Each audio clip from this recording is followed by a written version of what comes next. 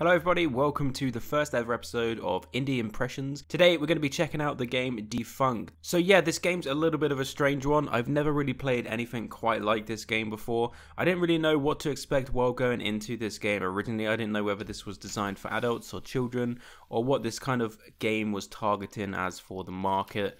This game, as for the plot, it took me 2 playthroughs to kind of realize what was really going on with this game, or what they were trying to kind of explain with the storyline.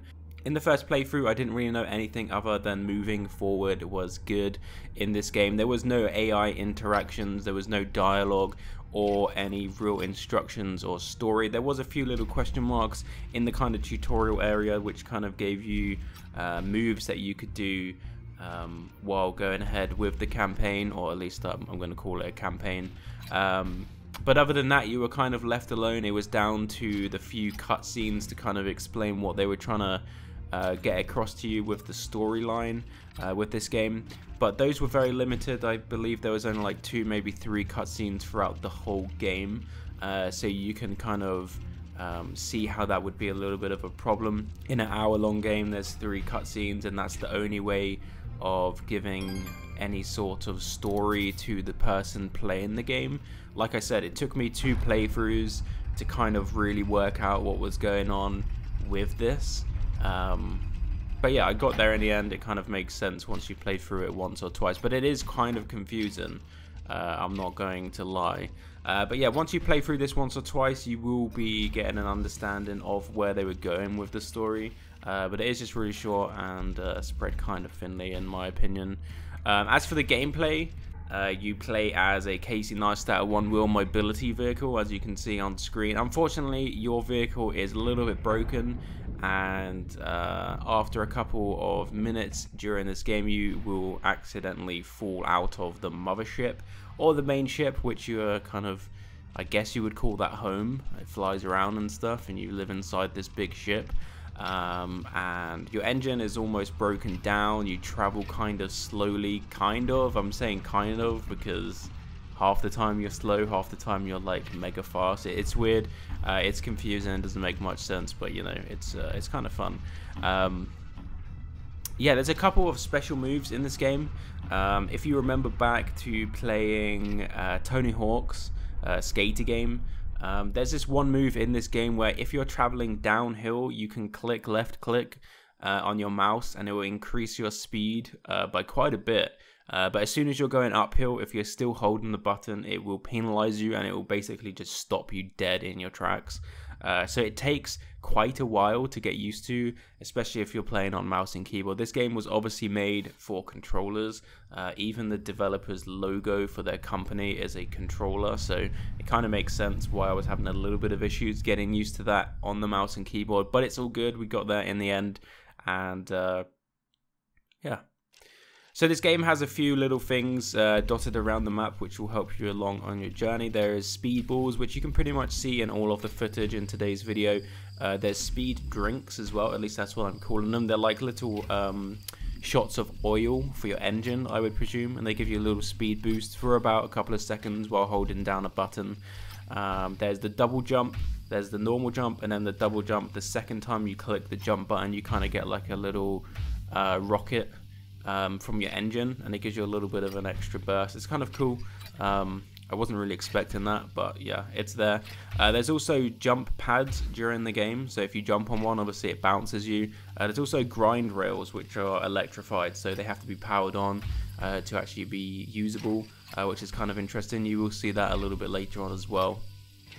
The gameplay itself, currently 50% of the game is kind of really slow paced, not really much going on. You're always looking for power-ups to kind of speed up the gameplay and all of that kind of stuff. And the other half of the game is super fast. It kind of takes you back to playing Sonic all them years ago when it was like the fastest game around.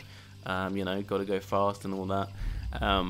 But yeah, the part of the game that's really fast is super fun. The other part of the game, which is kind of slow and you're always looking for power-ups, you know, it's a bit slow.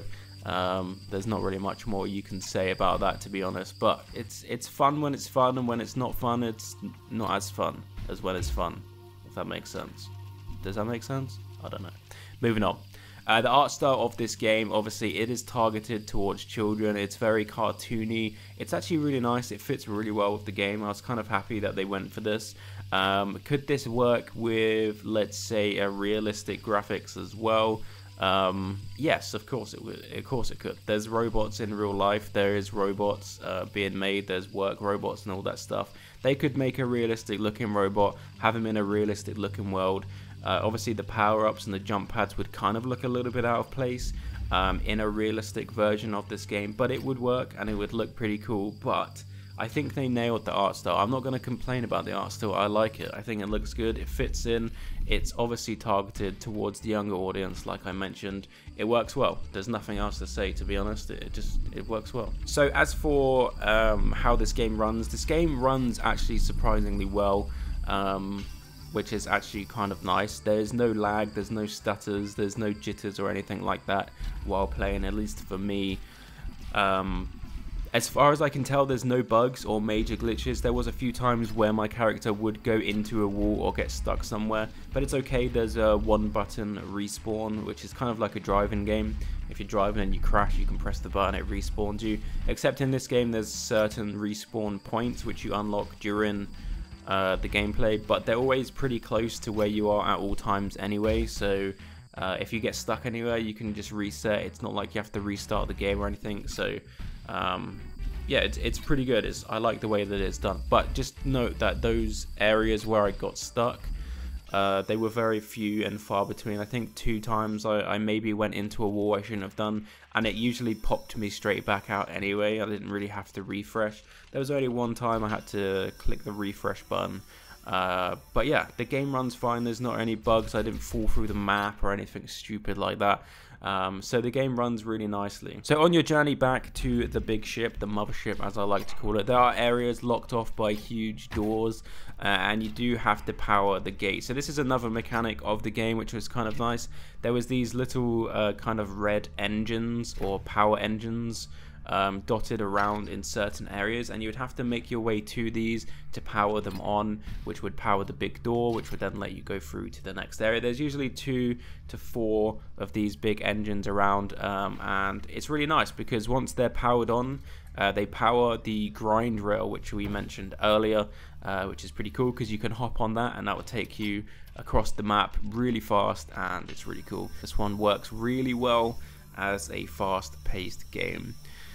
So like I said, this game is roughly 1 hour long. It deserves to be much more, in my opinion. While playing this game, I was thinking to myself, this game already has all of the basics, and it could be a fantastic adventure game.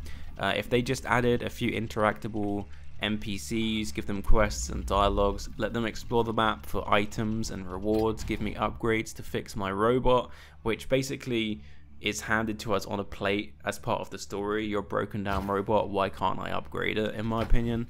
But I do understand that that would be quite an expensive and time consuming upgrade to this game, so probably not that possible to do, I would presume, for this dev team. However, one thing that I think would be possible in this game would be to turn it into a racing game. And I'll explain that now. There's this one scene which I'm going to put up on screen right now in this game where you're running out of power. You basically break down in the middle of the road. Loads of robots fly past you. One guy or one robot stops to give you a power up or oil, and then you go on your merry way. But it's kind of like a race because during this section of the game, it's all power-ups, it's all speed boosts, jumps and grind rails. It's so fast-paced. There's even like a loop-de-loop that you go through at one point. It's amazing. It's the best part of the game. It's so fun. And it just screamed to me that this should be an online multiplayer racing game, a little bit like Mario Kart. If they just set up 5 different maps, they could have secret areas, they could have shortcuts, they could have speed boosts, they could have speed traps that you could maybe power something which would open a trap door, someone would fall through it, it would take them through a longer way to get back to the main section of the track. There's loads of things they could do here with this game. They've made it all already. They have everything they need to make a fantastic online multiplayer racing game. It would be absolutely amazing. You could unlock You could have coins for winning a game, or certain things you could buy upgrades or skins or cosmetics for your robot. It would be so cool, and I think it could be a competitor for Mario Kart on the Switch. If they did that and they put it on the Switch, I think that would sell like hotcakes. At least I would buy it, because currently this game sits on Steam at about £6.50, which is like $7 or $8 for an hour-long game, and I just don't feel like this game is worth that much money at this point. But I think if they implement something like an online racing, like, it doesn't even have to be amazing to begin with, just something small that they can work on over a year or whatever, improve it, add new maps. I think that game would be absolutely fantastic, because it's such a fast-paced game at that point, with the speed ups, with the boosts and the jumps and the rails and all that kind of stuff. It's just I can't explain it. It's just really fun. It's really, really fun, and I think if they did that, it would be a hit. I honestly think this game would be an absolute hit if they did that. But whether that's ever going to happen, I don't know. Hopefully they do something like that, but who knows. Anyway, guys, that has been today's episode of Indie Impressions with Defunct. Hopefully you guys enjoyed it. I tried to explain this game in as much detail as I could. It's a really confusing game. I do apologize. But yeah, that is it. If you want to pick it up, like I said, it is on Steam. I believe it's on consoles as well. So maybe you can find it on there somewhere. But yeah, let me know what you think in the comment section, whether you would enjoy playing the game I described. And hopefully I'll see you guys in the next episode. Make sure you do subscribe if you're new to the channel. We are working on 10,000 subscribers by the end of the year. We're over halfway, so help us out on that journey and drop us a like, and I will see you guys in the next video. Thank you so much for watching. Goodbye.